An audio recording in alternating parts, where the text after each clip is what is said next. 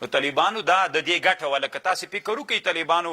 پرون هم لږ شخړه سوې وله دا بېګا شپه هم طالبانو شخړه وله وایي چې دا تیاره راسي که نه بیا دوی تښتېدلي بیخي یې نه ځکه داسې ویستونکي الله عز وجل په تېر شل کلن جهاد کې دلته تربیه کړل داسې نادر ویستونکي تربیه کړل چې ته ورته حیران سي طالبانو روح المانی دلته یو حدیث نقل کړی و یو ورځ رسول الله صلی الله علیه وسلم په صحابو تېرېده صحابو ویستل کول رام یې کوله ویستل یې کول لکه کنال ته یې نښه درولې و ویستلی نو هغه لوبې نه دي طالبانو دا لوبو کې هم ډېر شر و شور کېږي که نه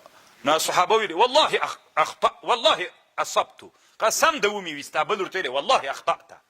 نه دي د ویستلې شر و شوري والله اصبتو بل ویلې والله اخطأته نبی علیه السلام داسې پې تېرېده نبی علیه السلام ورته ویلې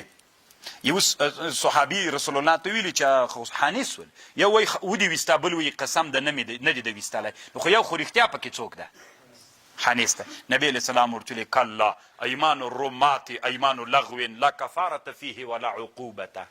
هغه خلک چې ویستل کوي نښې زده کوي د هغوی قسمونه طالبانو ټول یمین لغو دي نه کفاره سته پکې نه قسم سته پکې د څه په خاطر رسول الله دا خبره وکړه چې اسلامي امت د رمي او د ویستلو سره څوک سي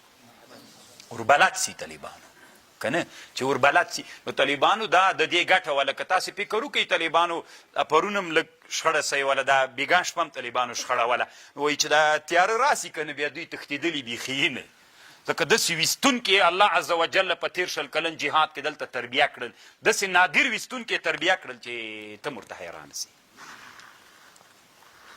نو نبی علیه السلام څه ویلي طالبانو نه بل صحابي ته ویلي نه داسې مه وایه چې دې کې خو یو دانه خامخا څوک ده الا ان ایمان الرمات ایمان لغو لا عقوبة ولا کفارة فی یو هم نسته ده پکې نو نښې زده کوي طالبانو ویستل وکوي نه تنها دغه نښې چې داسې الله پاک داسې غټو غټو شیانو ته مور برابر کړي